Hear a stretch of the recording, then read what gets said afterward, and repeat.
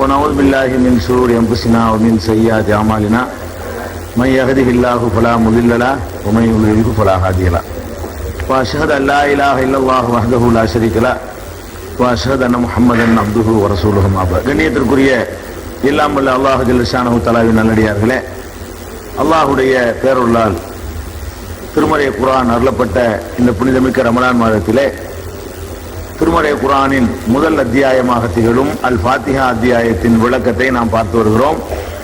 இறுதியாக நாம் பார்த்தது இய்யாக நஸ்தஈன், உன்னிடமே உதவி தேடுகிறோம் என்ற அந்த சொற்றொடருக்கான விளக்கத்தை பார்த்தோம். உன்னிடமே உதவி தேடுகிறோம் என்று சொன்னால் மனிதர்களிடம் தேடுகிற உதவிக்கும் அல்லாஹ்விடத்தில் தேடுகிற உதவிக்கும் என்ன வேறுபாடு என்பதை பார்த்தோம். அதே மாதிரி உதவி தேடுகிற முறை என்ன, அல்லாஹ்விடத்தில் உதவி தேடுவதாக இருந்தால் அது என்னென்ன ஒழுங்குகளை நம்ம கடைபிடிக்கணும் என்பதையும் ஓரளவுக்கு நம்ம பார்த்திருக்கிறோம். அதன் தொடர்ச்சியாக நாம் இறைவனிடத்தில் உதவி தேடுவதாக இருந்தால் முக்கியமான ஒரு தகுதி நம்மிடத்தில் இருக்கணும், ரொம்ப முக்கியமான தகுதி. இந்த தகுதி இல்லை என்று சொன்னா நீங்க சிறந்த நேரத்தை தேர்ந்தெடுத்து கேட்டாலும் சரி, பிரயாணத்தில் இருந்து கேட்டாலும் சரி, ஒரு நண்பனுக்காக மறைவா இருந்து ரகசியமான முறையில் பிரார்த்தனை செஞ்சாலும் சரி, எந்த துவாவும் ஏற்றுக்கொள்ளப்படாது. இந்த எல்லா துவாக்களும் எல்லா பிரார்த்தனைகளும் அல்லாஹ்விடத்தில் ஏற்றுக்கொள்வதாக இருந்தால் அதற்கு மிக முக்கியமான ஒரு கண்டிஷன் இருக்கிறது. அதை நபிகள் நாயகம் ஸல்லல்லாஹு அலைஹி வஸல்லம் சொல்றாங்க. இது சஹீஹ் முஸ்லிம்ங்கிற நூல்ல 1686வது ஹதீஸ்ல இடம்பெற்றிருக்கிறது. ஐயுஹன் நாஸ், மனிதர்களே, இன்னல்லாஹ தய்யிபுன், அல்லாஹ் தூயவன், லா யக்பலு இல்லா தய்யிபன், தூய்மையானதை தவிர வேறு எதையும் அல்லாஹ் ஏற்றுக்கொள்ள மாட்டான். அல்லாஹ் தூய்மையா இருக்கிறதுனால அவன் எதை ஏற்றுக்கொள்வான் சொன்னா தூய்மையானவற்றை தான் அவன் ஒப்புக்கொள்வான். ஹராமானதை தர்மம் செஞ்சு அல்ல ஏற்றுக்க மாட்டான். அவன் தூய்மையா இருக்கிறதுனால ஹலாலானதை தர்மம் செய்யணும். இப்படி சொல்லிட்டு அல்லாஹ் என்ன சொல்றான், நபி ஸல்லல்லாஹு அலைஹி சொல்றாங்க, யா அய்யுஹல்லதீன ஆமனு, அல்லாஹ் உங்களுக்கு சொல்லுகிறான், நம்பிக்கை கொண்டவர்களே, குலூ மின் தய்யிபாத்தி மா ரஸக்னாக்கும், உங்களுக்கு நாம் வழங்கிய தூய்மையானவற்றை உண்ணுங்கள் என்று அல்லாஹ் சொல்கிறான். அதனால தூய்மையானதை மட்டும் நீங்கள் உண்ணுங்கள், தூய்மையானதை தவிர வேற எதையும் கொடுக்காதீங்க, அதை ஏத்துக்கிற மாட்டான் என்று நபி ஸல்லல்லாஹு அலைஹி வஸல்லம் சொல்லிவிட்டு சும்மா தக்கர ரஜுல, பிறகு ஒரு மனிதனை பற்றி குறிப்பிட்டார்கள். யுத்தீலு சஃபர, அவன் நீண்ட நெடும் பயணம் மேற்கொள்கிறான். பொதுவாக பயணத்தில் பிரார்த்தனை அங்கீகரிக்கப்படும், அதுவே நீண்ட பயணமாக இருந்தால் இன்னும் அங்கீகரிக்கப்படும். ரொம்ப நேரம் அதிகமான தூரம் பிரயாணம் பண்றான்னு சொன்னா அதிகமாக அவனுடைய இறை நினைவை மாற்றக்கூடிய சூழ்நிலைகள் ஏற்படுகிறது. அதையும் வென்று அல்லாஹ்விட துஆ செய்யறான்னா அதுக்கு கூட வெயிட் கூட. அவன் நீண்ட பிரயாணம் பண்ணி போடுகிறான். எந்த அளவுக்கு அவன் பிரயாணத்தில் ஆயிட்டான்னு சொன்னா அகுபர, அவனுடைய தலையெல்லாம் பரட்டையாயிடுச்சு, தூசி படிஞ்சு புழுதி படிஞ்சு சீவ கூட நேரம் இல்லை, அப்படி பிரயாணம் போய்கிட்டே இருக்கிறான். அகுபர, புழுதி படிந்ததாக அவனுடைய மேனி எல்லாம் மாறிவிட்டது. இப்படிப்பட்ட நேரத்தில் அவன் எமுத்து எதைகி இலசமா, வானத்தை நோக்கி தன்னுடைய கைகளை அவன் நீட்டி யா ரப்பி யா ரப்பி, என் இறைவா என் இறைவா என்று பிரார்த்திக்கிறான்.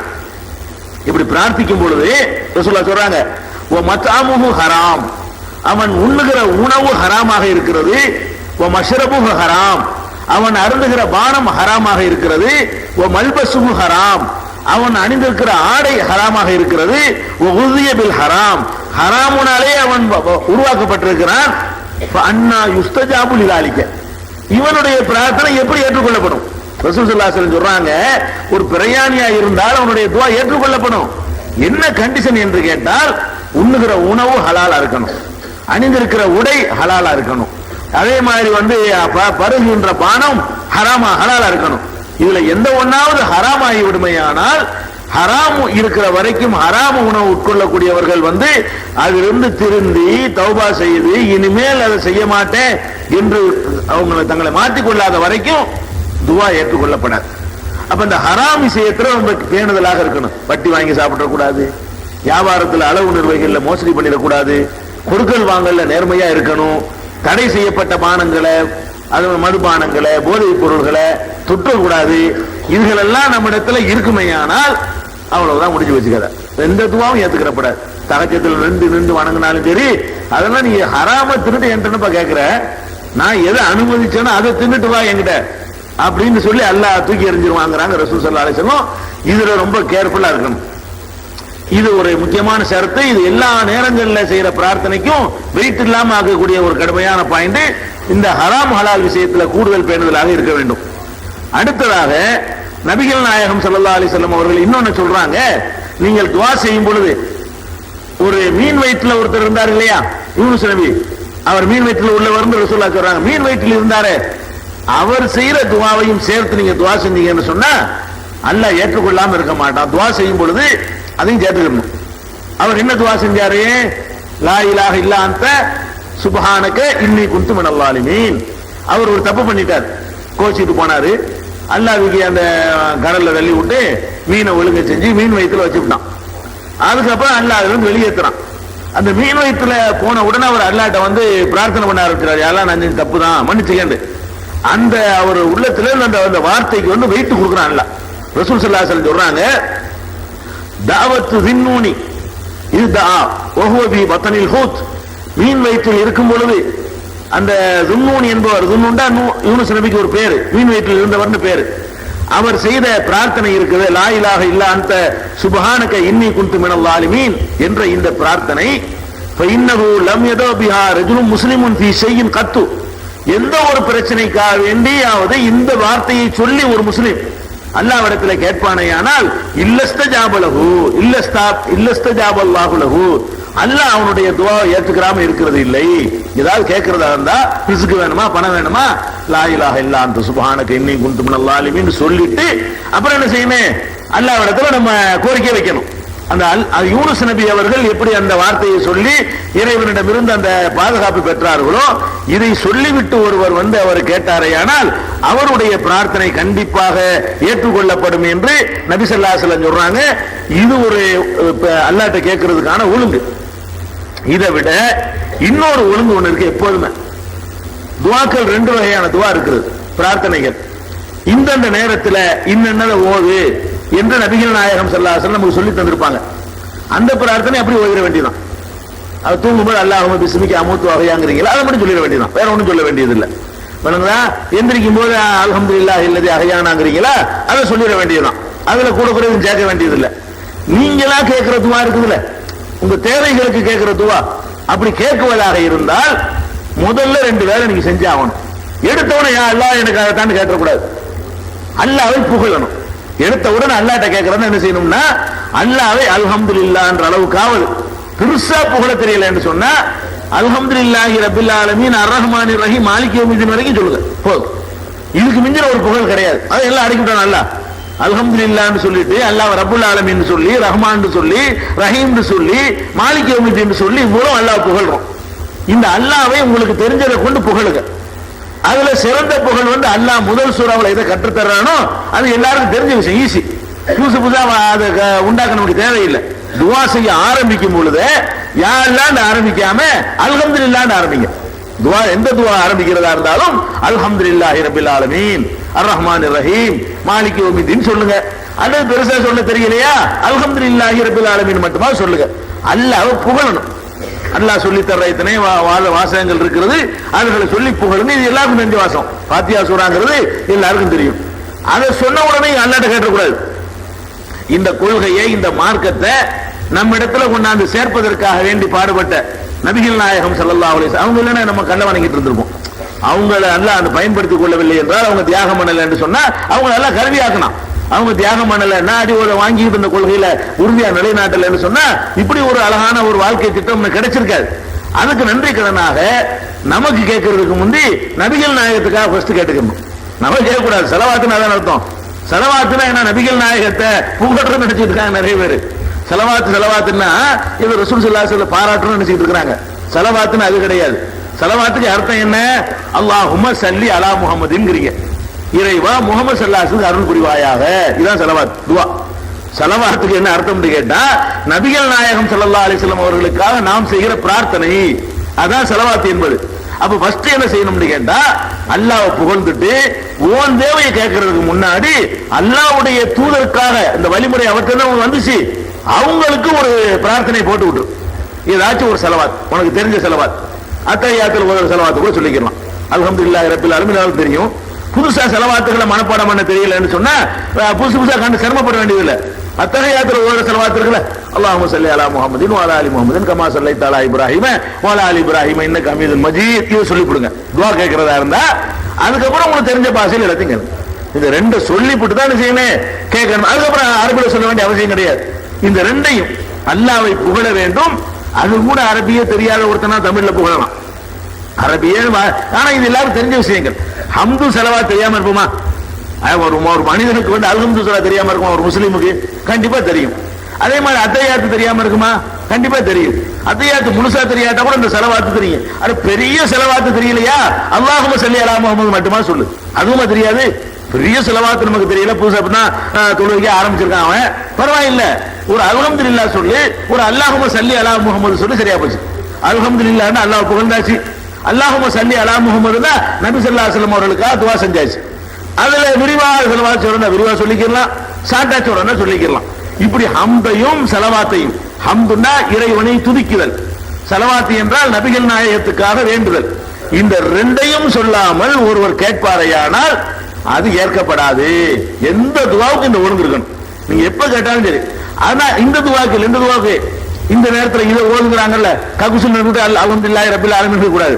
அதுல சொல்ல வேண்டிய சொல்லிட்டு போயிட வேண்டியதான். அவங்களா அங்கிருந்து வரும்போது குஃப்ரானுக்கு என்ன செய்ய வேண்டியதான், அது ஒன்றும் சொல்லணுமே தவிர அங்கிருந்து வரும்போது அல்ஹம்துலில்லாஹி ரப்பில் ஆலமீன் அதெல்லாம் சொல்லக்கூடாது. இந்த நேரத்தில் இன்னது சொல்லுன்னு சொல்லி இருக்கிறாங்க இல்லையா, அந்த துவாக்களுக்கெல்லாம் ஒன்றும் சொல்லக்கூடாது. நீங்க அது ரசூல் ஸல்லல்லாஹு அலைஹி வஸல்லம் அது அந்த யூனிஃபார்மா சொல்லி தந்துட்டாங்க. அது ஒரே மாதிரி எல்லாருக்கும் இருக்கணுங்கிறதுக்காக வேண்டி நீங்களே தான் சொல்லணும், நானும் தான் சொல்லணும், அவரவருக்கு சுதந்திரம் கிடையாது. இதுல சுதந்திரம் இருக்கிறது. நீ எந்த ஹம்தையாவது சொல்லிக்க, எந்த ஸலவாத்தையாவது சொல்லிக்க, ஷிர்க் இல்லாம நல்ல வார்த்தையா இருந்தா ஒரு ஸலவாத்தை சொல்லிக்க, நபி ஸல்லல்லாஹு அலைஹி வஸல்லத்துக்காக துஆ செஞ்சுக்க. அதுக்கப்புறம் உன்னுடைய எல்லா தேவையும் கேளுங்கிறாங்க. இதை வந்து கண்டிப்பா நம்ம கடைபிடிக்கணும். நம்ம கேட்கிறோம், இப்படி கேட்கறது நிறைய பேர் கேட்கறது தெரியல, கேட்கணும் யாரும் சொல்லி கொடுக்கறதும் இல்ல. ஏன்னா ஹம்து ஸலவாத் சொல்லணும்னு இப்படி மொட்டையா சொல்லுவாங்க. இவன் ஹம்து ஸலவாத்னா என்ன ஒரு பெரிய விஷயம் போல இருக்குன்னு என்ன செய்வான், அவன் தெரியாம விட்டு துஆ செய்ய விட்டுருவான். ஹம்துனா ஒரு ஒண்ணு அல்லாஹ் புகழணும், ஸலவாத்னா ரசூலுல்லாஹ்வுக்காக துஆ செய்யணும். இதுக்கு என்ன ஆதாரம் கேட்டா நிறைய ஆதாரங்கள் இருக்கு. ஒரு ஆதாரம் சொல்வதா இருந்தால் திருமதியில 3398, நசையில 1267 ஆகிய ஹதீஸ்கள் இடம்பெற்றிருக்கிறது. நபி ஸல்லல்லாஹு அலைஹி வஸல்லம் எங்களோடு உட்கார்ந்து இருந்தார்கள். ஒரு நாள் பள்ளிவாசல்ல உட்கார்ந்து இருக்கிறாங்க. இத்தஹல ரஜுலுன், அப்போ ஒரு ஆள் வந்தார். ஒரு ஆள் வந்து என்ன செஞ்சார்னா சல்லா, அவர் தொழுதார். நபி ஸல்லல்லாஹு அலைஹி வஸல்லம் அப்படி பள்ளிவாசல்ல உட்கார்ந்து இருக்கிறாங்க. ஒரு ஆள் பள்ளிவாசலுக்கு வர்றாரு, வந்து அவர் தொழுகிறார். தொழுதவன என்ன செய்யறாருன்னா, தொழுது முடிச்ச உடனே ஃபகால் அல்லாஹு மக்ஃபிர்லி வர்ஹம்னி, நேர ஸ்ட்ரைட்டா செய்து வந்தார். இறைவா எனக்கு அருள் புரி மன்னித்து விடுங்கிறார். சலாம் கொடுத்தாரு, நேர அல்லாஹு மக்ஃபிர்லிங்கிறார். யா அல்லாஹ் என்னை மன்னித்து விடு, எனக்கு அருள் புரின்னு சொல்லி கோரிக்கையை நேரத்துக்கு வச்சு விட்டார். வச்ச உடனே ஃபகால ரசூலுல்லாஹி ஸல்லல்லாஹு அலைஹி வஸல்லம், ரசூல் ஸல்லல்லாஹு அலைஹி வஸல்லம் அவரை பார்த்து சொன்னாங்க, அஜல்த ஐஹல் முஸல்லி இதா ஸல்லைத, தொழுகையாளியே தொழுதவரே ரொம்ப அவசரப்பட்டுட்டீங்களே, வந்து கேட்டீங்க ரொம்ப அவ்வளவு என்ன அவசரம் அல்லாஹ்ட்ட கேட்கறதுக்கு, ரொம்ப அவசரப்படுறீங்கள அப்படின்னு சொல்லிவிட்டு இதா ஸல்லைத, நீங்க தொழுதீங்க என்று சொன்னா ஃபகஅத்த, அந்த அத்தஹியாத்துல உட்கார்ந்துட்டீங்க என்று சொன்னா, உட்கார்ந்த பிறகு ஃபஹ்மதில்லாஹ பிமா ஹுவ அஹ்லுஹு, அல்லாஹ்வை அவனது தகுதிக்கு ஏற்ப புகழுங்கள். இந்த வார்த்தையை சொல்லி புகழுங்கள்னு சொல்லல. அதனால நான் உங்க சைடுல அந்த வார்த்தையை சொன்னேன்.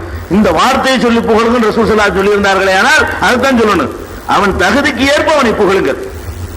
அதே மாதிரி ஒசல்லி அலைய, பிறகு எனக்காக ஸலவாத் துஆ செய்யுங்கள். ஃபர்ஸ்ட் அல்லாஹ்வை புகழுங்க, பிறகு எனக்காக துஆ செய்யி, சும்மதுஹு, அப்புறமேல் அல்லாஹ்ட்ட கேளு. ஃபர்ஸ்ட் ஹம்து, அப்புறம் எனக்கு ஸலவாத், அப்புறம் உன்னுடைய கோரிக்கை, உனக்கு தேவையானது மூணாவதா கேளு அப்படின்னு சொல்லி நபி ஸல்லல்லாஹு அலைஹி வஸல்லம் அவருக்கு சொல்லி கொடுக்குறாங்க. அப்ப சும்ம ஸல்லா ரஜுலுன் ஆகர், இன்னொரு சந்தர்ப்பத்தில் இதே மாதிரி ஒரு ஆள் வந்து தொழுதார். தொழுத உடனே அவர் என்ன பண்றாருன்னு கேட்டா ஃபஹமிதல்லாஹ, அவர் அழகா அல்ஹம்துலில்லாஹ் அல்லாஹ் புகழ்ந்தாரு.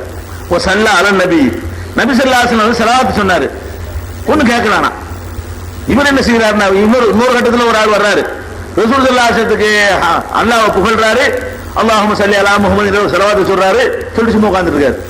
ரசூல் ஸல்லல்லாஹு அலைஹி வஸல்லம் சொல்றாங்க, அய்யுஹல் முஸல்லி, ஏய் தொழுகையாளியே உதுவு கேளுப்பா, அல்லாஹ் புகழ்ந்துட்டீல, ஸலவாத் சொல்லிட்டீல, இந்த ரெண்டும் சொல்லிட்டு அல்லாஹ் ரெண்டா கேளு, இதை மட்டும் சொல்லிட்டு போக கூடாது, உதுவு கேளு அப்படின்னு சொல்லிட்டு துஜப், கேட்டா கொடுக்கப்படுவாய்.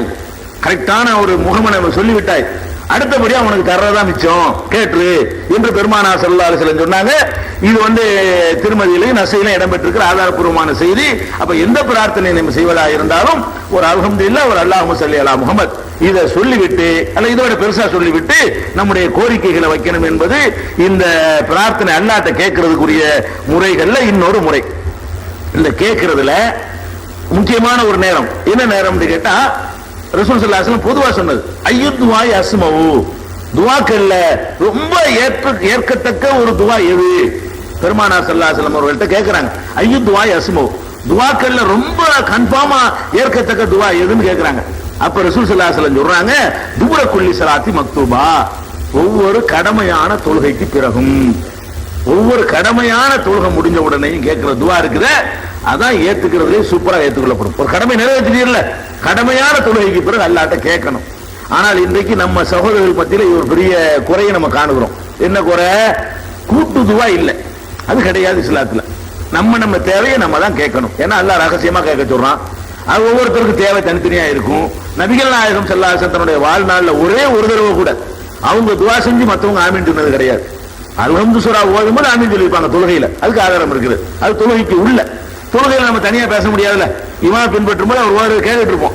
அதனால நம்ம ஆமீன் சொல்றோமே தவிர தொழுகையில குனூத் ஓதுனாங்கல்ல, அப்பவே பின்னாடி உள்ளவங்க ஆமீன் சொல்லி இருக்கிறாங்க. இந்த ரெண்டை தவிர நபி ஸல்லல்லாஹு அலைஹி வஸல்லம் அவர்கள் 5 வேளை தொழுகையிலேயோ, பெருநாள் தொழுகையிலேயோ, ஜும்மா தொழுகையிலேயோ, ஜனாசா தொழுகையிலேயோ, வேற எந்த ஒரு தொழுகையிலையும் நான் துவா செய்யறேன் நீங்க ஆமீன் சொல்லுங்கன்னு சொன்னது கிடையாது. அவங்கவுங்க கேட்டுக்குவாங்க. என்ன சொல்லுவாங்க? ஜனாசாவை அரைக்கிட்டா கூட சொல்லுவாங்க, நீங்கள் இஸ்தக்ஃபிரு அஹீக்கும், உங்கள் சகோதரருக்காக அல்லாஹ்விடத்துல பாவ மன்னிப்பு தேடுங்கன்னு சொல்லுவாங்களே தவிர நான் தேடுறேன் நீங்க ஆமீன் சொல்லுங்க மாட்டாங்க. நீங்க தான் தேடிக்கணும், உங்க தேவை நீங்க கேட்டுக்கணும். அதனால நபி ஸல்லல்லாஹு அலைஹி வஸல்லம் காட்டாத ஒரு வழிமுறை எது? சலாம் கொடுத்த உடனே ஒருத்தர் துவா ஓத விளங்காம, இஹ்லாஸ் இல்லாம, உள்ளத்துல இருந்து வராம ஏனோ தானம் ஆமீன் சொல்ற பாருங்க, இது அல்ல துவா. இது இல்லைன்னு சொன்னவன இன்னும் சொல்ல போனா இந்த சட்டம் போட்டு செய்யும் பொழுது நபி ஸல்லல்லாஹு அலைஹி வஸல்லம் பல சந்தர்ப்பங்களை கண்டிக்கிறாங்க. எப்படி கண்டிக்கிறாங்க? ஒரு தடவை ரசூல் ஸல்லல்லாஹு அலைஹி வஸல்லம் சஹாபாக்கள்லாம் போயிட்டு இருக்காங்க, ரொம்ப சத்தம் போட்டு அல்லாஹ் கூப்பிடுறாங்க மக்கள்லாம். ரசூல் ஸல்லல்லாஹு அலைஹி வஸல்லம் என்ன செய்யறாங்க? மக்களே ஏன் இந்த மாதிரி கத்துறீங்க? இன்னக்கும் லா ததுன் அஸம வலா காயிபன், நீங்க செவிடனை கூப்பிடல, நல்ல செவிடனா கத்துற, இது கத்துற நீ. ரசூல் ஸல்லல்லாஹு அலைஹி வஸல்லம் கேக்குறாங்க, இன்னக்கும் லா ததுன் அஸம, நீங்கள் செவிடனை அழைக்கவில்லை, வலா காயிபன், மறைந்திருக்கிறவனை அழைக்கவில்லை, பல் ததுன சமயம் பசீரா, பார்த்து கொண்டும் கேட்டுக்கொண்டு இருக்கிறானே அவனை கூப்பிடுறீங்க, அதுக்கு கத்தனை மெதுவா கேளு, அல்லாஹ் கூப்பிடுறாங்க சத்தம் இல்லாம கூப்பிடு என்று நபிகள் நாயகம் ஸல்லல்லாஹு அலைஹி வஸல்லம் அடக்கினார்கள் என்ற செய்தி புகார்ல இருக்கு. நான் குளிச்சுட்டு வரல, யாவத்துல வந்து சொன்னது நம்பர் தெரியல, புகார்ல இருக்குது. அப்ப இந்த மாதிரியான ஒரு முறையில தான் நம்ம என்ன செய்யணும்? அல்லாஹ்விடத்துல கேட்கணும்னு சொல்றோம். ஆனா நம்ம சகோதரன் என்ன பண்றா? கூட்டுத்துவா இல்லைன்ற உடனே சலாம் கொடுத்தவன ஏறு மிச்சு விடையாறான். சலாம் கொடுத்தவன வரலாமா? நீ சலாம் கொடுத்த பிறகு ஓத வேண்டிய 33 தடவை சுப்ஹான் அல்லாஹ் சொல்லணும், 33 தடவை அல்ஹம்துலில்லாஹ் சொல்லணும், 33 தடவை அல்லாஹ் அக்பர் சொல்லணும். அதுக்கப்புறம் நம்ம தேவைகளை அவர் 5 நிமிஷம் கேட்கிறாரு, நீ 1/2 மணி நேரம் கேளு. எந்த நேரத்தில் ஏற்றுக்கொள்ளப்படுவதற்கு அதிகமான தகுதின்னு சொல்றாங்களோ, அவசர வேலை இருந்தா 5 நிமிஷத்துல கேட்டுப்போ, வேலை வெட்டியில சும்மா வெளியே போய் அரடிப்போமா, 1/2 மணி நேரம் உட்காரு அழுது கேளு. அது இந்த தொழுகைக்கு பிறகு, கடமையான தொழுகைக்கு பிறகு கேட்கறதுனால அல்லாஹ்விடத்துல கூடுதலா அங்கீகரிக்கப்படும் ரசூல் ஸல்லல்லாஹு அலைஹி வஸல்லம்.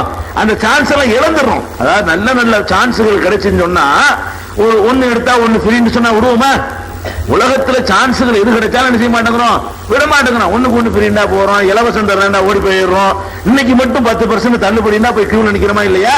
அப்ப அல்லாஹ் தீன்ல எவ்வளவோ சான்ஸ்கள் தர்றான். அட எல்லா நேரத்திலும் கேட்கிறோட இந்த நேரத்துல கூட தராங்கிறான். நம்ம அந்த சான்ஸ்களை என்ன செய்யறோம்? வாய்ப்புகளை தவற விட்டு கொண்டிருக்கிறோம். சலாம் கொடுத்தோம் தாண்டி வரக்கூடாது, அவங்களோட கூடுதலா இருந்து, அப்படி இருந்தாலே பெரிய தாவங்கம். என்ன மாதிரி பிரச்சனை ஆயிடுச்சு தெரியுமா? அல்லாட்ட கேட்காத கூட்டம், நம்ம அல்லாட்ட கேட்கிற கூட்டம். அதை சொல்லக்கூடிய கூட்டத்துக்கு என்ன பேர் ஆகி போச்சுன்னா, இவங்களுக்கு துவா கேட்கறது பிடிக்காது, அல்லாட்ட கேட்க மாட்டாங்க என்ற அளவுக்கு ஆகிட்டமா இல்லையா? இது என்னடா இதுலடா அங்க வர அழுது கேட்கிறான்டா, நம்ம சடங்கா கேட்கிறோம். நீ ஒழுங்கா கேட்டிருந்த சொன்னா பிரச்சாரம் வாயினால பண்ண வேணாம், அது பண்ணும், அது பார்ப்பாங்க. நம்ம ஃபார்மாலிட்டி பண்றங்க பாரு, எவ்வளவு நேரம் உட்கார்ந்து கேட்கணும் பாரு, எவ்வளவு உள்ள பூர்வமா கேட்கறான், அந்த முகத்தை பத்தியா அப்படி நினைச்சான்னு வைங்களேன், அது பெரிய பிரச்சாரம் இல்லையா? அவன் ஹக்கன் பக்கம் சத்தியத்துக்கு வருவதற்கு எவ்வளவு உதவும். அதனால கூட்டு துவாதான் இல்லையே தவிர தொழுகைக்கு பிறகு துவா இருக்குது. கடமையான தொழுகைக்கு பிறகு என்ன இருக்கிறது? கண்டிப்பா துவா இருக்கிறது. இதை நம்ம பேணணும். அவங்களோட அதிகமான நேரத்தை ஒதுக்கி பிரார்த்தனை செய்ய வேண்டும். இது நபிகள் நாயகம் ஸல்லல்லாஹு அலைஹி வஸல்லம் கற்றுத்தந்த இன்னொரு வழிமுறை. இது எல்லாத்துக்கும் மேல அல்லாஹ்ட்ட கேட்கிறோம். இதான் ரொம்ப கவனமா இருக்க வேண்டிய ஒரு மேட்டர். அல்லாஹ்ட்ட கேட்கிறோம்னா ஒழுங்காவே நீங்க கேட்கறீங்க, இப்படிலாம் கேட்கறீங்க, இந்த முறைப்படி எல்லாம் கேட்கறீங்க. இத்தனை நபிமார்கள் எல்லாம் கேட்டாங்க, சஹாபாக்கள் எல்லாம் கேட்டாங்க, நம்மளை விட சிறப்பா தான் கேட்டிருப்பாங்க. கரெக்டா ஹலாலான உணவை சாப்பிட்டு அப்படிலாம் கேட்டாங்க. கேட்டா எல்லாரும் கிடைக்குதா? எல்லாருக்கும் கிடைச்சா என்ன ஆகுறதுங்கிற எல்லாம் பணக்காரன் தான் கேட்பான். எல்லாரும் பணக்காரங்க உலகம் இயங்குமா? முதல்ல எல்லாரும் கேட்கறான். அப்ப அந்த மாதிரி வரக்கூடிய நேரத்தில் நம்ம என்ன செய்வோம்னு கேட்டா, ஆமா கேட்டு கிடைச்சிட போதாங்க அப்படின்னு நம்ம தடுமாற கூடாது. நபிகள் நாயகம் ஸல்லல்லாஹு அலைஹி சொல்றாங்க, எந்த துவாவா இருந்தாலும் சரி, ஒரு மனிதன் கேட்கிறான் என்று சொன்னால் அது ஏற்றுக்கொள்ளப்படாமல் இருப்பதில்லை. ஆனால் அது எப்படி ஏற்றுக்கொள்ளப்படுது நீங்க விளங்கிக்கணும். விளங்கிட்டீங்கன்னா நம்ம கேட்டமே அல்லாஹ் தரலையேன்ற சிந்தனை உங்களுக்கு வராது. எப்படி ஏற்றுக்கப்படுமா? நபிகள் நாயகம் ஸல்லல்லாஹு அலைஹி சொல்றாங்க, 3 வழிகளை அல்லாஹ் வச்சிருக்கான் ஏத்துக்கிறதுக்கு. துவாவை ஏத்துக்கிறதுக்கு நீ நினைக்கிற மாதிரி தான் ஏத்துக்கணும்னு அல்லாஹ் நீ டிமாண்ட் பண்ணக்கூடாது. அவன் ஏற்றுக்கொள்வதற்கு 3 வழிகளை வைத்திருக்கிறான். 3ல் ஏதாவது ஒரு வழியில் அல்லாஹ் என்ன செய்யுமா? அந்த துவாவை ஏற்றுக்கொள்வான்.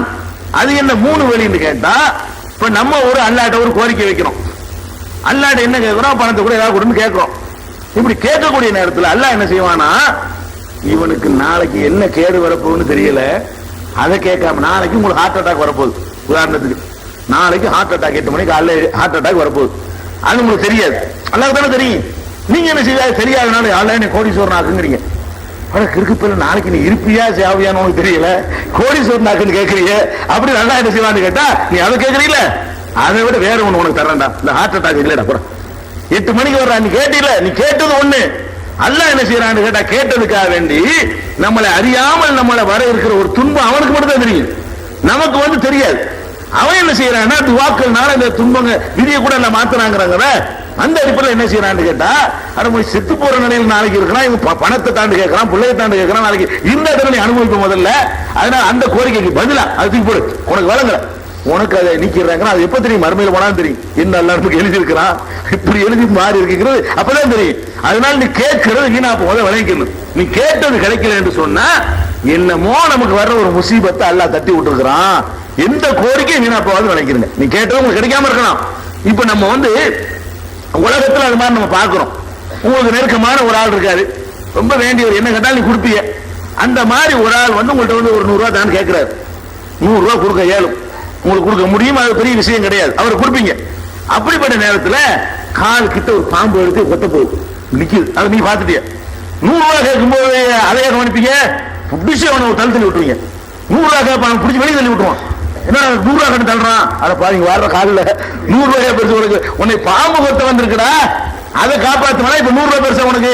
அப்படி நம்ம செய்யறோமா இல்லையா? நம்மளே செய்வோம்ல. பின்னாடி ஒரு கத்தி எடுத்து குத்த வர்றான், அது அவனுக்கு தெரியாம ஒரு 1000 ரூபாய் இருக்குமான்னு கேட்கறான். நம்ம என்ன செய்வோம்? குத்திட்டு போட்டு 1000 ரூபாய் எடுத்துட்டு போமா, அதுக்குள்ள போயிருவானவன். நம்ம 1000 ரூபாய் எடுத்து கொடுத்தோம்னு சொன்னா அவனை ஒரே எடுக்கிட்டு போயிருவாங்களே. நம்ம என்ன செய்வோம்? உடனே அவனுக்கு செய்யற உதவி என்ன? அவன் கேட்கறத கொடுக்கறது நல்ல உதவி, அவனுக்கு வந்த துன்பத்தை தடுக்கிறது தான் பெரிய உதவி. அப்ப அவன் கேட்கறான்ல, ஒரே தள்ள அவனை தருவோம், இல்லை டிவோட தள்ளுவோம், ஏதோ ஒரு வகையில் அவனுக்கு ஒரு உதவி செஞ்சு விட்டுருவோம். அல்லாவும் இதே ஸ்டைல் என்ன பண்றானா, இவன் ஒன்றை கேட்டானையானால் இவனுக்கு அதை கொடுத்துருவான். அல்ல கேட்டதே கிடைக்கும். எப்ப கிடைக்கும்? வேற எதுவும் உனக்கு கஷ்டம் வராது என்று இருந்தால், நீ கேட்டுட்ட, உனக்கு துன்பம் ஒன்று வர்ற மாதிரி இல்லை அப்படின்னு இருக்குமையானால், இந்தா கேட்ட கொடுக்க ரூபா தானே வேணும், இந்தா வச்சுக்கேன்றுவான். சில பேர் கேட்பான், அதை விட பெரிய டேஞ்சரான ஒன்று அவனுக்கு வரப்போகுது, அது விளங்காம கேட்பானா, அவனுக்கு எப்படி எல்லாம் ஏத்துக்குவான்னு கேட்டா அதை கேட்டுக்கான இது எடுத்துவான். இப்படி அல்லாஹ் என்ன செய்யறான்? அவனுக்கு ஒரு துன்பத்தை அல்லாஹ் தடுத்துடுறான் அப்படின்னு சொல்லி ரசூல் ஸல்லல்லாஹு அலைஹி வஸல்லம் சொல்றாங்க. 2, ஒன்னு கேட்டது என்ன கேட்டியோ அது கிடைக்கும், அல்லது என்ன கிடைக்கும்னு கேட்டா அவனுக்கு வர்ற ஒரு துன்பம் அகற்றப்பட்டு விடும். அல்லது என்ன செய்வான்னு கேட்டா, கேட்டான்ல நிறைய நம்ம ஒரு 40 வயசு வரைக்கும் நிறைய தப்பு பண்ணிட்டு ரொம்ப அநியாயம் பண்ணிட்டு அம்மளே கைவசம் இருக்காது, இன்னைக்கு தான் திரும்பி வந்திருப்போம். நம்ம என்ன செய்வோம்? அது வேணும் இது வேணும் துணியாவில் கேட்போம். அல்ல என்ன பண்ணுவான்? நிறைய மார்க் கம்மியா இருக்கு இவனுக்கு, இவனை போய் கேட்டுட்டு இருக்கிறான், அதுல கொடுப்போம். இவனுக்கு அங்க வர ரொம்ப கம்மியா இருக்கு, 40 வருஷம் நாசமாகிட்டான், 50 வருஷம் வீணாக்கி விட்டான், நிறைய பாவங்களை செஞ்சு விட்டான், இவனுக்கு துணியாவில் கேட்ப திரும்பிட்டான், சரிதான் கொடுத்துடலாம். இதை கொடுத்தோம்னு சொன்னா மறுமையில் அவனுடைய கணக்குகள் ரொம்ப ஃபெயில் ஆயிரும் போல இருக்கு.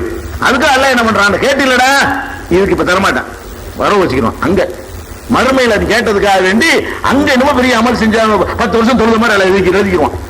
6 மாசம் தொழுவாத ஒருத்தருக்கு இதுக்கு ஒரு 6 மாசம் போட்டுக்க, நீ 40 வருஷம் தொழுவல இன்னொரு 6 மாசம் போட்டுக்க. ஒரு தடவை துவா செஞ்சா இது 3 மாசம் தொழுதான், ஒரு கணக்கு போட்டு அல்லாஹ் வந்து நேர் செஞ்சு விட்டுவானா. மறுமைக்காக அதை சேமிச்சு வைக்கிறான். கேட்கிறது வீணா போகல் விளங்கி நிற்போமே.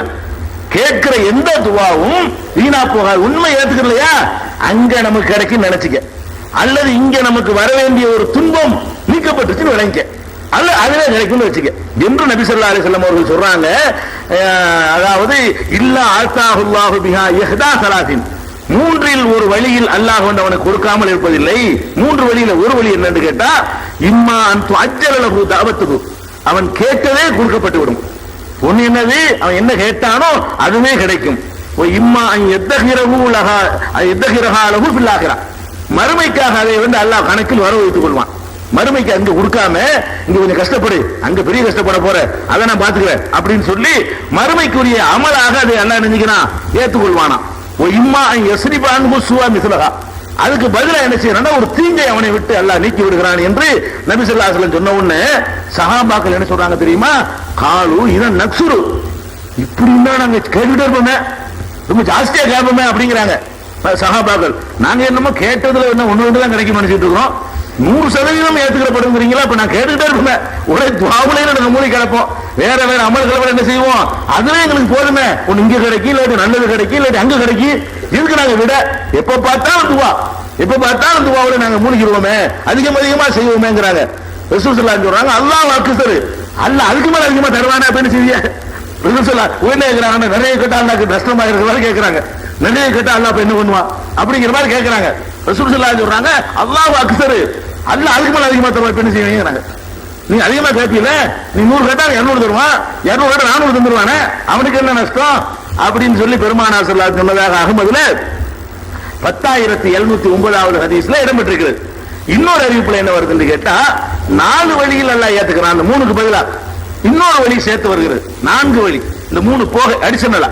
அது என்ன வழின்னு கேட்டா, அவன் கேட்டதை விட சிறந்ததை எல்லாம் கொடுப்பான். நம்ம கேட்கிறோம்ல, கேட்டதை கொடுக்கிறது ஒண்ணு, மறுமைக்காக அதை சேர்த்து வச்சுக்கிறது ஒண்ணு, அல்லது வந்து நமக்கு வந்து வரக்கூடிய துன்பத்தை நீக்கிறது ஒண்ணு, கேட்டதை விட சிறந்ததை கொடுப்பான். நமக்கு விளங்காம இதான் நல்லதுன்னு கேட்டுட்டு இருப்போம், இதை போய் கேட்கிறீங்க அதை கேள்வி வேண்டாம் நம்ம சொல்ல மாட்டோம். ஒரு கடையில உங்களுக்கு வேண்டிய நெருக்கமான ஒரு கடைன்னு வச்சுக்கிறீங்களேன், உங்களுக்கு அக்கறை உள்ள ஒரு ஆள் சொந்தக்காரன் நடத்துற ஒரு கடை, அதுல போய் என்ன செய்றீங்க, அந்த சோப்பு நல்ல அழகா இருக்க தான்னு கேட்பீங்க, பார்க்க நல்லா தான் இருக்கு, இது வாங்கிக்க, அது வேணாம் சொல்லி தருவார்ல, மத்தவனுக்கு சொல்லி தர மாட்டாரு, மத்தவனுக்கு ஏதாவது தலையில கட்டிடுவாரு, நீங்க வேண்டிய என்ன செய்வாரு, அது வேணாம் அது வாங்கிக்க, நல்லா கொடுப்பாரு. நீங்க கேட்டது ஒண்ணா இருக்கு, கேட்டது நல்லது தருவார்.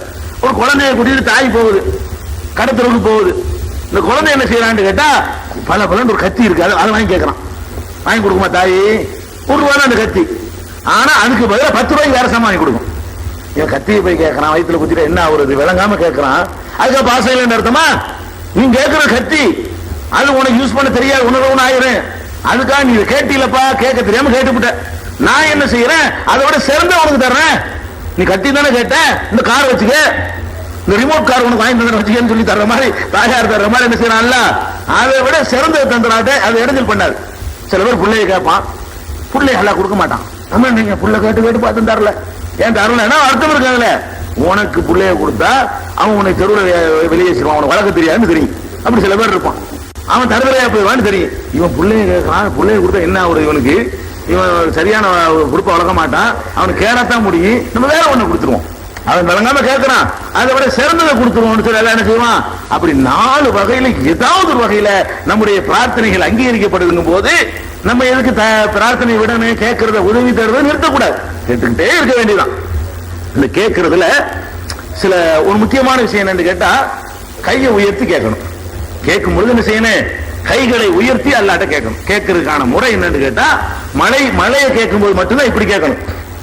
மழையை கேட்கும் போது நபி ஸல்லல்லாஹு அலைஹி வஸல்லம் செய்வாங்க, மழை தொழுகையில துஆ செய்யும் போது இப்படி கேட்க மாட்டாங்க, இப்படித்தான் கேட்பாங்க, யா அல்லாஹ் எங்களுக்கு மழை இறக்கி வைப்பாயா கண்டு, இந்த மாதிரி தான் மழையை கேட்பாங்க. ஏன்னா எல்லாம் சட்டையை மாத்தி போட்டுக்குருவாங்க, எல்லாம் தலைகீழ புரண்டு போச்சுல, மழை இல்லாதனால எல்லாம் தலைகீழ கிடக்குல, மாறி கிடக்குது. அப்ப அதை சிம்பாலிக்கா காட்டுறதுக்காக ரசூல் ஸல்லல்லாஹு அலைஹி வஸல்லம் செய்வாங்கன்னு கேட்டா, சட்டையை மாத்தி போட்டுக்குருவாங்க, கையை இப்படி தூக்குறத இப்படி தூக்கிடுவாங்க, ஜும்மாவில் இருந்து கொண்டு இந்த மாதிரி ஹுத்பால மலை தொழுகை நடத்தும் பொழுது இந்த மாதிரி தான் துஆ செய்வாங்க. எங்களுக்கு மழை இறக்குவாயாக, நான் கஷ்டப்படுறோம், ஆடு மாடுகள்லாம் போகுதுன்னு சொல்லி இப்படி கவுத்தி போட்டு என்ன செய்யணும், துவா செய்யணும். மழைக்கு கேட்கும்போது அவங்க எந்த அளவுக்கு தூக்குவாங்கன்னா அவங்களுடைய அக்குள் தெரியற இப்படி தூக்குவாங்க. இப்படிலாம் இல்லை, இப்படி தூக்குறதில்ல, அக்குள் தெரியற இப்படிதான் தூக்குவாங்க. இப்படி தூக்கி எல்லா இடம் கேட்பாங்க. மழை இது கேட்ட அதிசயம் யாருக்கு தெரியும், சொல்லி கொடுக்கல. ஹதீஸ்ல இருக்கிறது ஒரு மாதிரி நீங்க எல்லாம் பாக்குறீங்க, இப்படியா இன்னும் டைப்பா இருக்கீங்க. நபி ஸல்லல்லாஹு அலைஹி வஸல்லம் கேட்டுக்கிறாங்க. அவங்களா இது புகாரில முஸ்லிம்ல ஏராளமான நூல்கள் இருக்குது. அது மலைக்கு உள்ளது. மற்ற நேரங்கள்ல எல்லாம் எப்படி கேட்டா அது எப்படி எல்லாம் தூக்குனாங்கன்னு வைங்களேன். நபி ஸல்லல்லாஹு அலைஹி வஸல்லம் அவர்கள் வந்து அது எந்த ஒரு துவா செய்தாலும் புகாரில வருது பாருங்க, லா யர்ஃபு யதைஹி பி ஷைஇன் மின் துஆஹி இல்லா ஃபில் இஸ்திஸ்கா.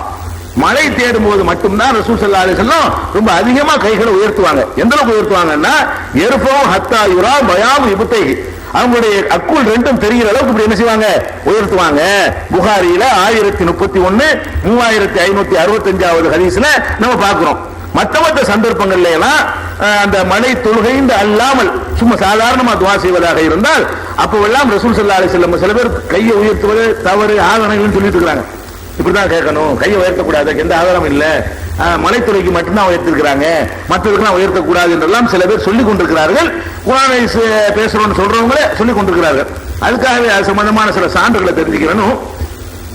நபி ஸல்லல்லாஹு அலைஹி வஸல்லம் அவர்கள் ஒரு நாள் என்ன செய்வாங்க, அந்த ஹஜ்ஜுக்கு போனாங்க இல்லையா, ஹஜ்ஜுக்கு போய் அந்த கற்களை அந்த குறிப்பிட்ட இடங்கள்ல சைத்தானுக்கு எரியும் இல்லையா, அப்படி எரிந்தவன் என்ன செய்வாங்கன்னு கேட்டா எதைகி தம்முடைய கைகளை உயர்த்துவார்கள், கூமு தவியலன் நீண்ட நேரம் நிற்பார்கள். இப்படி நபி ஸல்லல்லாஹு அலைஹி வஸல்லம் அவர்கள் துஆ செய்திருக்கிறார்கள் என்ற செய்தி புகாரியில் 1751 1753வது ஹதீஸ்ல நீங்க பார்க்கலாம்.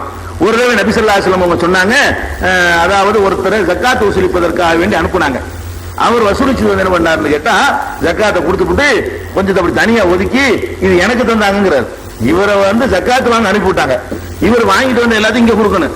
இவர் என்ன பண்றாருன்னு கேட்டா, இந்த அருக்கு ஜக்காத்துக்கு அனுப்புனீங்கல்ல, இது ஜக்காத்து, இது நீங்க வச்சுக்கிறீங்கன்னு எனக்கு தந்தாங்க. இவர் நேர்மையான ஆளு, இல்லாட்டி அவர் அமைக்கிட்டு போயிடலாம். அவர் உண்மையில கொடுத்துருக்காங்க, இல்லைன்னா அவர் யார் ரசூலுல்லாஹ் சொல்லாம கூட வச்சுக்கலாம், எடுத்துட்டு போயிருக்கலாம்.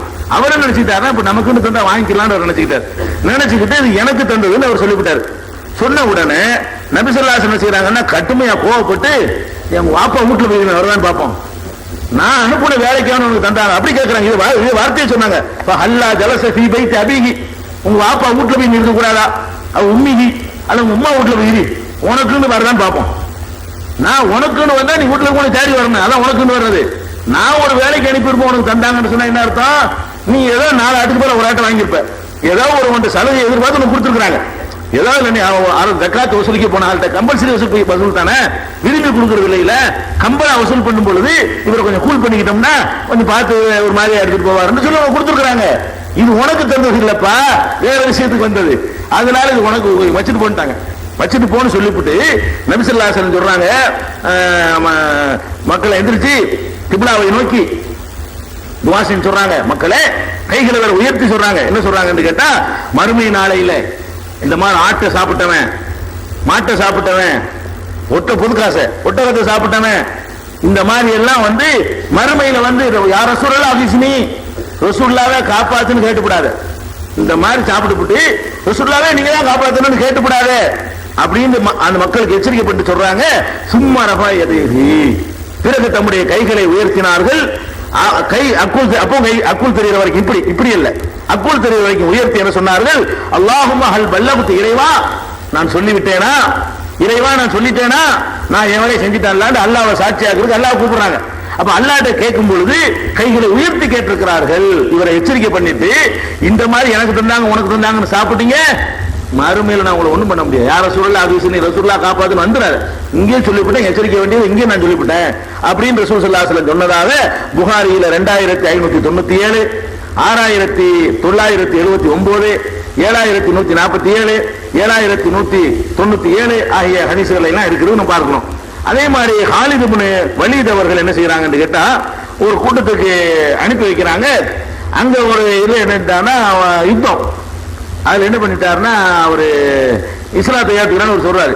இஸ்லாத்தை ஏத்துக்கிறா சண்டைக்கு வர மாட்டேன்னு அர்த்தம். எதிரிகள் வந்து அதை கருத்தை சொன்னாங்கன்னா நாங்க யுத்தத்துக்கு வர ரெடியா இல்லைன்னு அர்த்தம். இவனுக்கு உயிரை காப்பாத்திருக்கா போய் சொல்றான்னு நினைச்சுக்கிட்டு இவர் சீவிட்டார், ஆளை காலி பண்ணிவிட்டார். உடனே ரசூல் ஸல்லல்லாஹு அலைஹி வஸல்லம் வந்து என்ன செய்யறாங்க, இந்த செய்தி கேள்விப்பட்ட உடனே கடுமையா கோவப்பட்டு உடனே கையை உயர்த்துறாங்க. இந்த செய்தி கேள்விப்பட்ட உடனே ரஃபான் நபி ஸல்லல்லாஹு அலைஹி வஸல்லம் எதோ நபி ஸல்லல்லாஹு அலைஹி வஸல்லம் கைகளை உயர்த்தி சொன்னார்கள், அல்லாஹும்ம இன்னி அபரவு இலைக்க மிம்மா ஸனா காலித் மர்ரத்தைன். யா அல்லாஹ், இந்த காலித் செஞ்ச வேலையில நான் விலகி கொண்டவன், என்னை பிடிச்சிராத. இவர் ஒருத்தனா நான் ஏத்துக்கொள்றேன், நான் சண்டைக்கு வரலன்னு சொல்லும் பொழுது அதை நம்பாம அதுக்கு மேல இவர் உள்ளத்தை நுழைஞ்சு பார்த்த மாதிரி ஒருத்தனை கொண்டு விட்டாரு. இந்த செயலுக்கு நான் பொறுப்பு இல்லையா, நான் இருந்து விலகி கொண்டவன், இந்த காலிது செஞ்ச வேலைக்கு என்னைய தண்டிச்சிராத என்று நபி ஸல்லல்லாஹு அலைஹி வஸல்லம் அவர்கள் கைகளை உயர்த்தி 2 தடவை சொன்னாங்க. அல்லாஹும்ம இன்னி அபரவு இலைக்க மிம்மா ஸனா காலித் என்று மர்ரத்தைனி 2 தடவை ரசூல் ஸல்லல்லாஹு அலைஹி வஸல்லம் சொன்னார்கள் என்று புகாரியில 4339வது ஹதீஸ்ல நம்ம பார்க்கிறோம். அதே மாதிரி ஒரு ஆள் உபைத் அபி ஆமீர் என்ற ஒருவருக்காக வேண்டி அவர் ஒரு செய்யறதுக்கு தண்ணி எடுத்து வைக்கிறார். யாராவது உதவி செஞ்சா ரசூல் ஸல்லல்லாஹு அலைஹி வஸல்லம் செய்வாங்க, பிரதி உபகாரம் செய்வாங்க, இல்லை துஆ செய்வாங்க. ஏதாவது கொடுப்பாங்க, இல்லைன்னா நம்ம ஏற்கனவே சொல்லி இருக்கணும் ஏதாவது கொடுக்கணும், இல்லைன்னா என்ன செய்யணும், அல்லாஹ் உங்களுக்கு கூலி தருவானாக அப்படின்னு சொல்லி நம்ம சொல்லணும்னு ஏற்கனவே சொல்லி இருக்கணும். அந்த மாதிரி ரசூல் ஸல்லல்லாஹு அலைஹி வஸல்லம் என்ன செய்யறாங்கன்னு கேட்டா அவருக்காக துஆ செய்யறாங்க. அவர் அந்த ஹெல்ப் பண்ணதுக்காக வேண்டி அவருக்கு துஆ செய்யும்போது என்ன செய்யறாங்கன்னு கேட்டா கையை உயர்த்தி சும்மா ரஃபா யதைஹி 2 கைகளை உயர்த்தினார்கள். உயர்த்தி விட்டு அல்லாஹும்ம மக்ஃபிர் லி உபைத் நபி ஆமீர், இந்த அபு ஆமீர்ங்கிற உபைதனை மன்னிச்சு விடுவாயாக அப்படின்னு சொல்லி ரசூல் ஸல்லல்லாஹு அலைஹி வஸல்லம் சொன்னாங்க.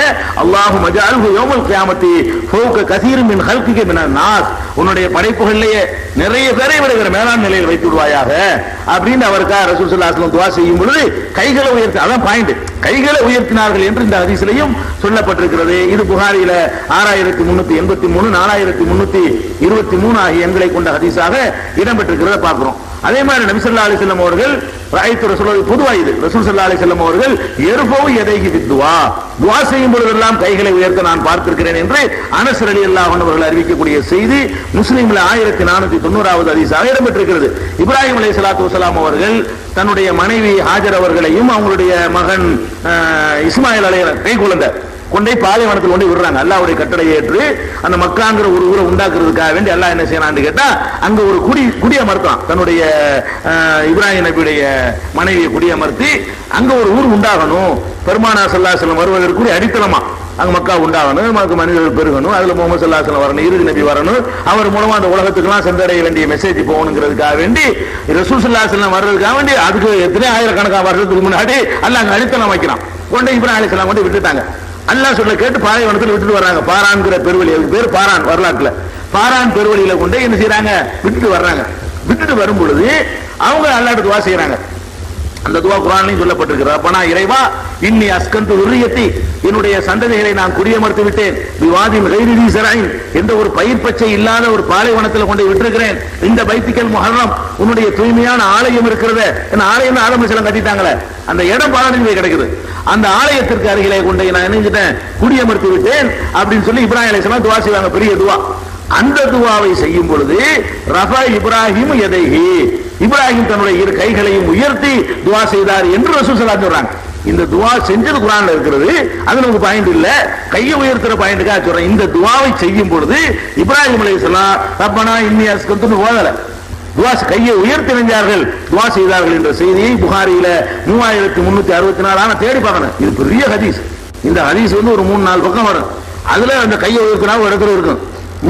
சின்ன ஹதீஸ் இல்ல, பெரிய ஹதீஸ் 3364வது ஹதீஸ்ல அப்படி மொத்தத்தையும் படிச்சுட்டு வந்தீங்கன்னா பிறகு அவர் கைகளை உயர்த்தி துஆ செய்தார் அந்த வாசகத்தை நீங்க பாப்பீங்க. இது 3364 பாக்குறோம்.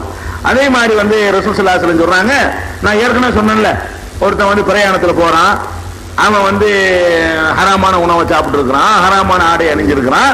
இப்படிப்பட்ட ஒரு நேரத்தில் வந்துகிட்டு என்ன செய்யணும், அவன் அல்லாஹ்ட்ட துஆ செய்யறான்னு சொல்லும் பொழுது அப்ப சொல்றாங்க ரசூல் ஸல்லல்லாஹு அலைஹி வஸல்லம் யமுத்து யதைஹி இலா ஸமா, வானத்தை நோக்கி கைகளை உயர்த்தி கொண்டு ஆரம்பிக்கிறான். என்ன எப்படி அல்லாஹ் தருவாங்கறாங்க. அப்ப வானத்தை நோக்கி கையை உயர்த்தனா வழங்குதுல, இவனுக்கு தராம போனது காரணம் ஹராமுனால தான், கையை உயர்த்தினதுனால இல்ல. இவன் கையை உயர்த்தி ஒழுங்கா கேட்கிறான், கேட்கிற விதமெல்லாம் சரியா இருக்கிறது, விஷயம் சரியா இல்ல, அடித்தளம் நல்லா இல்ல அப்படிங்கிற அந்த ஏற்கனவே சொன்ன அந்த ஹதீஸ்லயும் கைகளை உயர்த்துவதற்கு என்ன இருக்கிறது, ஆதாரம் இருக்கிறதை பார்க்கிறோம். அதை விட நபி ஸல்லல்லாஹு அலைஹி வஸல்லம் சொல்றாங்க, இன்னல்லாஹ் ஹய்யுன் கரீமுன், அல்லாஹ் வள்ளல், பெரிய வள்ளல். அவன் அதே நேரத்தில் வெட்கப்படுறான். அல்லாஹ் வெட்கப்படுவானா, என்னத்தை வெட்கப்படுவானா, நீங்க எஸ்தஹி, அவன் வெட்கப்படுகிறான். இதா ரஃபா ரஜுலு இலைஹி யதைஹி, அவனை நோக்கி ஒரு அடியான் கையை உயர்த்தும் பொழுது ஐன் யருதுஹுமா சிஃப்ரன், அத சிஃபர்னா சைபர், இதுல சைபர்னு எடுத்துக்கிறாங்க. வெறுமனே பூஜ்ஜியமாக அந்த கையை திருப்பி அனுப்புவதற்கு அல்லாஹ் வெட்கப்படுறான். கையை கேந்திப்புட்டான். மனுஷனா இருந்தா இல்ல இல்லன்னு சொல்லி விட்டுறலாம், அல்ல இல்லன்னு சொல்லுமா? அவனுக்கு என்ன பிரச்சனை? அவனுக்கு ஆகுண்டா ஆயிட்டு போகுது, கேட்டு விட்டான். அப்ப இப்படி நம்ம சும்மா அனுப்புறது அப்படின்னு அல்ல வெக்கப்படுவான். ஏன் வச்சுக்கிறோங்க? அதனால தைரியமா கேளுங்க. வெக்கப்படுறான்னு 4 வகையில தந்துருவான். அது 3+1 4 வகை இருக்குல்ல, ஏதாவது ஒரு வகையில எந்த துவாவும் வீணா போவா. இந்த முறைப்படி இருந்தா, இந்த முறைப்படி எல்லாம் அமைந்து இருக்குமே, ஆனால் கண்டிப்பா அல்லாஹ் வந்து 4 வகையில ஏற்றுக்கொள்கிறான். அதுல ஒண்ணு ரசூல் ஸல்லல்லாஹு அலைஹி வஸல்லம் சொல்றாங்க, ஒண்ணும் இல்லாம சைபராக அனுப்புவதற்கு அல்லாஹ் வெட்கப்படுகிறான் என்று ரசூல் ஸல்லல்லாஹு அலைஹி வஸல்லம் சொன்னதாக திருமதியில 3479, அபூதாவுதுல 1273, இப்னு மாஜாவுல 3855 ஆகிய ஹதீஸ்களை நம்ம பார்க்கிறோம். அதே மாதிரி நபி ஸல்லல்லாஹு அலைஹி வஸல்லம் அவர்கள் வந்து கைகளை உயர்த்தும் பொழுது நான் அவர்களை பார்த்திருக்கிறேன். ரசூல் ஸல்லல்லாஹு அலைஹி வஸல்லம் அவர்கள் ஆபுல் அஹ்மத் ஒரு சஹாபி அறிவிக்கிறாரு. இவர் அறிவிக்கிற ஒரே ஹதீஸ் தான். சில ஆளுக்கு ஒரு ஹதீஸ் தான் அறிவிச்சிருப்பாங்க. இந்த சஹாபி இந்த ஒரு ஹதீஸ்ல மட்டும் தான் வருவார். ஒரு ஹதீஸ் அறிவிச்ச சஹாபிங்கிற பேர்ல இவர் வருவார். இவர் இந்த சஹாபி அறிவித்திருக்கிற ஹதீஸ் என்னன்னு கேட்டா, நபி ஸல்லல்லாஹு அலைஹி வஸல்லம் அவர்கள் கையை ராபியின் எதைக்கு தன்னுடைய கைகளை உயர்த்தி கிப்ல வஜ்ஹி முகத்தை நோக்கி கைகளை உயர்த்தியிருந்தார்கள். அது தலையை கடந்து செல்லவில்லை. இப்படி வச்சிருக்க கூடாது, அது மலைக்குத்தாது. தலைக்கு மேல போயிடாத அளவுக்கு நினைச்சாங்க ரசூல் ஸல்லல்லாஹு அலைஹி வஸல்லம் உயர்த்தினார்கள் என்ற அந்த செய்தி அபூதாவுதுல 987, அஹ்மதுல 20939 ஆகிய எண்களை கொண்ட ஹதீஸாக இடம்பெற்றிருக்கிறது.